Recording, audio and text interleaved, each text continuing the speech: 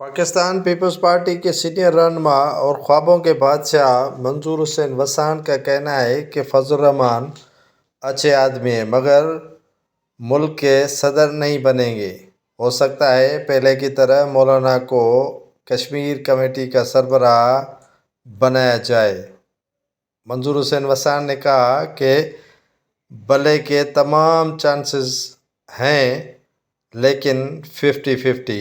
منظور حسین وسان کا کہنا تھا کہ عام انتخابات میں پاکستان پیپلز پارٹی یا نون لیگ میں سے ایک جیتے گا۔ عام انتخابات میں مسلم لیگ نون اور پیپلز پارٹی میں کہیں سے بھی اتحاد ہوتے ہوئے نظر نہیں آ رہا، البتہ وہ ایک دوسرے کے خلاف سخت مقابلہ کریں گے۔ پیپلز پارٹی کے سینئر رہنما منظور حسین وسان نے کہا کہ میں نے خواب دیکھا ہے کہ عام انتخابات 8 فروری کو ہی ہوں گے۔ نیا سال ملک اور سیاست کے لیے 2023 سے بہتر ہوگا۔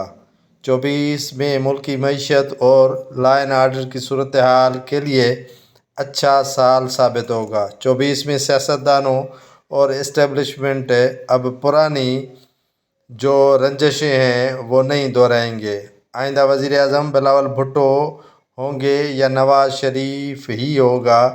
پی پی اور نون لیگ میں اتحاد نہیں ہو سکتا، البتہ سخت مقابلہ ہوگا۔ منظور حسین وسان کا کہنا ہے کہ عام انتخابات میں پی ٹی آئی کا چانس 50-50 ہے۔ ملکی صورتحال اور معیشت کے حوالے سے منظور حسین وسان کا کہنا ہے کہ 2024 میں ملک کی معیشت بہتر ہوگی اور